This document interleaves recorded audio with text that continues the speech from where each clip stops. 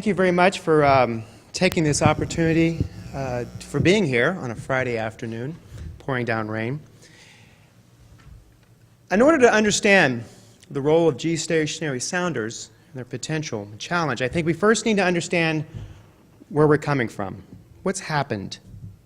Let's see, push that.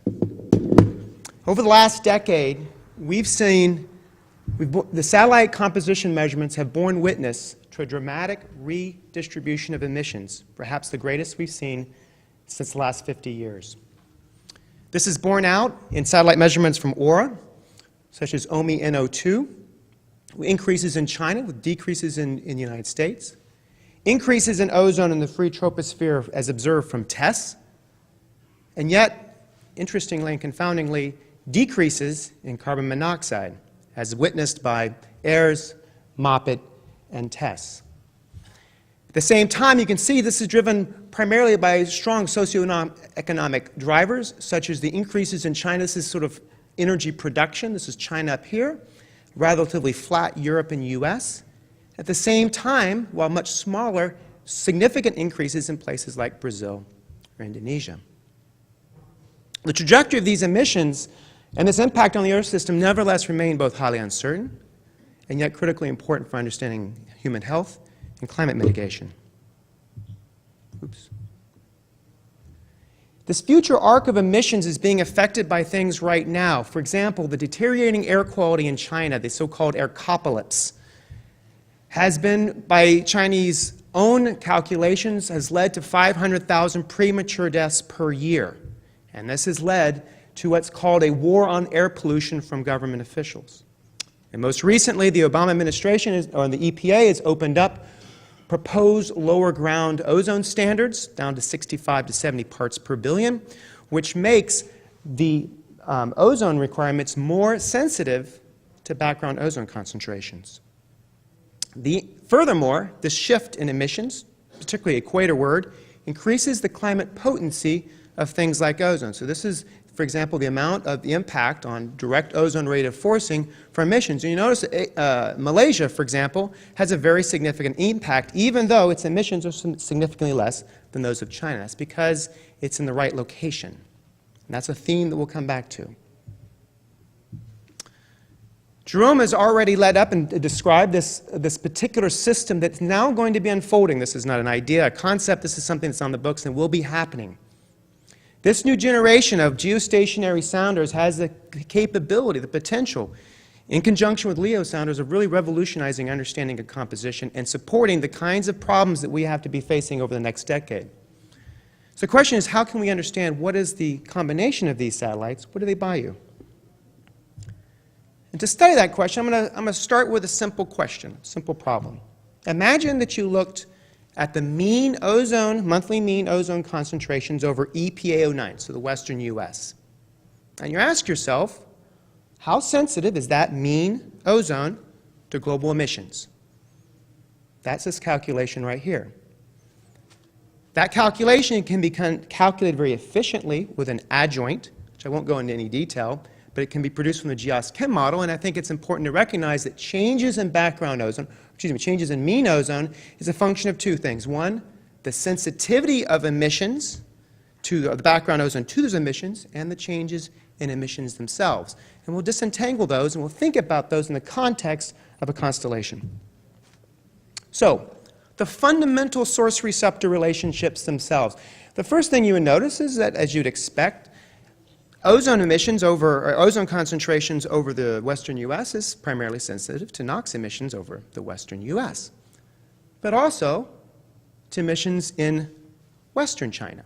And if you think about the column, which is something that a lot of the geostationary sounders will be measuring, it's really quite large in western China. Well, why? Well, that's because it's high altitude. The Himalayas are there. You put a smokestack on the top of the Himalayas, you're in a direct trajectory over to the US. Fortunately, there's not that many emissions in the Himalayas, but there are emissions over here, and you'll see there's a spatial gradient between northern China and southern China and going into Southeast Asia, and we'll see that that becomes not negligible. If you include, then, the role of emissions themselves, you can see the shift. You can see increases in sensitivity to the Beijing area from this calculation to surface ozone in the western U.S. And if you think about column calculations, the column ozones, you see that you have both sensitivities in Beijing and farther south in areas like Guangdong, which are major area sources of emissions. And furthermore, even into the Indo-Gigantic Plain in Northeast Asia and India. If you sum these up, so you add up all those sensitivities and you aggregate them into particular locations, what you see is if you're thinking about the surface, this means that local emissions control only about 65% of the mean ozone. The other 35% are controlled by locations outside of western U.S. And if you think about the column, it drops to only 35%. So column measurements over the western U.S. are going to be dominated by emissions from places outside of the western U.S. And in particular, if you think about places like China, China would dominate over other regions, and particularly non-EPA09 U.S. locations.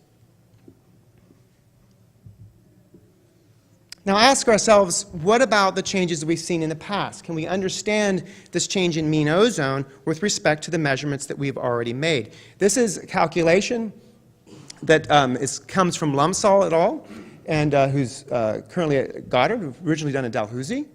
And this is the scale factors using the OMI NO2 columns from 2005 to 2009. And this is the absolute emissions if you multiply those scale factors times the NEI 2005 database, emissions database, which was what was used. And then if you apply those specific emission changes to every one of those locations and you go through the sensitivity analysis or calculation, you can see that the dominant sources of change in mean ozone in the western U.S. is driven by this area in Beijing for the surface. But for the column, it changes across not only in Beijing, but also in southern China for this May 2006 period, which we used. If you now go to 2010, the situation changed. The arc changed.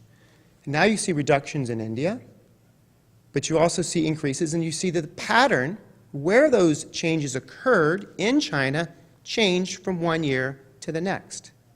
So the implications, the impact of those changes here can be calculated. So for example, this has gotten larger and we've seen the changes over here, and then we're thinking about the column ozone that you're measuring, you're seeing changes that have shifted it a little bit westward in China as it impacts column ozone over the western U.S.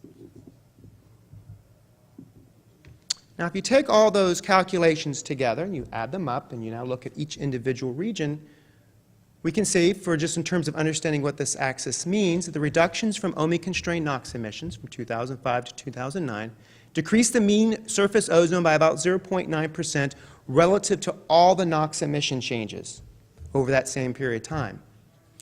Furthermore, the increases in Chinese NOx emissions in 2005 to 2010, so that's the red here, largely offset the local EPA09 reductions in emissions over that same time period.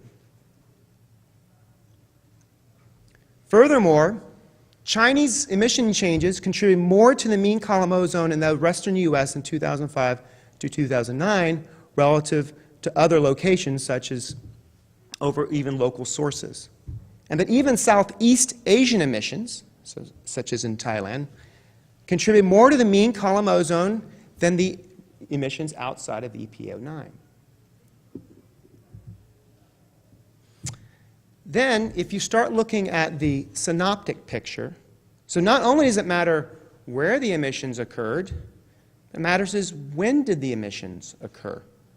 So what you're looking at here, finally, this is normalized sensitivity calculations, and you're looking at the diurnal cycle. So this is what's the impact of the mean ozone in the western U.S. to NOx emissions at each instant in time for every hour. So what's the sensitivity of it in the afternoon versus the morning? Because these geostationary sounders will be measuring a diurnal cycle, at least the daytime cycle, of these NOx emissions and over ozone. And you can see even though the NOx emissions as defined by the model are constant for that particular month, you can see wide ranges in the contribution of the emissions of that day and of that time to the mean ozone. It can vary by a factor of 3, all driven by the synoptic picture, the synoptic conditions under which those NOx emissions occurred. You can see that here in the surface. And then you can see even, for example, in China here, that calculation is very significant here, comes up here, and then drops. And the reason why it drops out here is because by that time it can't get to the surface when it's emitted that far later on in the month, which just comes out from the adjoint calculation. And the picture even changes even more when we start looking at the ozone calculations with respect to the column. You can see that, again, when the NOx emissions occurred in China matters to the monthly mean ozone. Those that occurred early in the month or those right there in the center of the month were more important than those in other parts of that month. And when you think about the role of exceedances, so when you have an infraction because the amount exceeded over a particular point, it's going to be the combination of both the local and the non-local emissions added together that will lead to that exceedance. So consequently, measurements of time and day and location would be critical for the attribution of that exceedance to particular local and non-local sources. So, in conclusion, we've seen dramatic changes in the spatial distribution and pattern of emissions over the last decade, and that arc is going to change in ways that we do not yet understand, but for which we need to measure. This sort of adjoint source-receptor analysis has allowed us to begin to look at, by focusing on something really important like the mean value of ozone, how high-resolution measurements over some place like China, as measured by GEMS, over the US, as measured by TEMPO, can allow us to get the kinds of information we need to both understand what controls mean ozone, but also to help us work towards the attribution. We can see, for example, that when we deal with TEMPO as it goes up, its mean values, when we look at the ozone columns, is going to be controlled by information that could be visible by GEMS.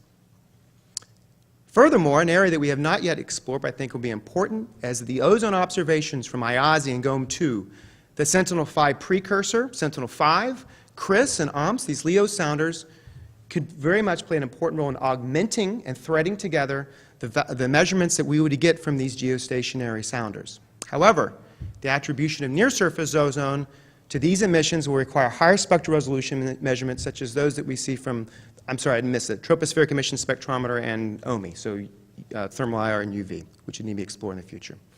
Thank you very much for your time.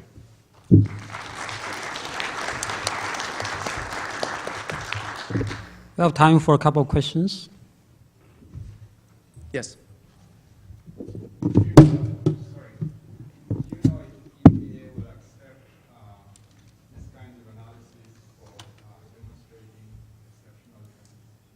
I'm pretty confident they absolutely will not. But that's because of the way in which EPA, under its legal structure, goes about defining exceedances and the network by which they accept those exceedances to be calculated. So those are defined by things like their CASNet sites, the AirNow information. It is an open question into the future whether or not the EPA would accept satellite-based measurements for the purposes of legal compliance. And it's a very important, it's a litigation question that you're asking. So from that standpoint, I don't think so. However, we've seen, for example, in the Texas AQS studies back in 2006, that they do allow and use satellite information for the weight of evidence when a state, for example, is trying to pull together a state implementation plan. And I would fully expect that under those conditions that states could use this information to help explain what's happening under those exceedances and how they would hope to do that in conjunction with the official observation networks. Yes? Do you have some notion of the analogous numbers for attribution within the United States across EPA regions? So we do have that, I do have that calculation. So if you're asking me what would be the role of Las Vegas versus, actually, okay, how about that? There's Las Vegas for you. And that's Beijing, and that's Washington State, and that's Guangdong. So it's the same calculation I did before, but rather than summing up over each one of those locations, I'm now focusing on the specific locations, and you can see, for example, that Washington State can play more, episodically can play a more important role in the AP09 relative to Las Vegas itself. So in that case, yes. Okay, thank you again.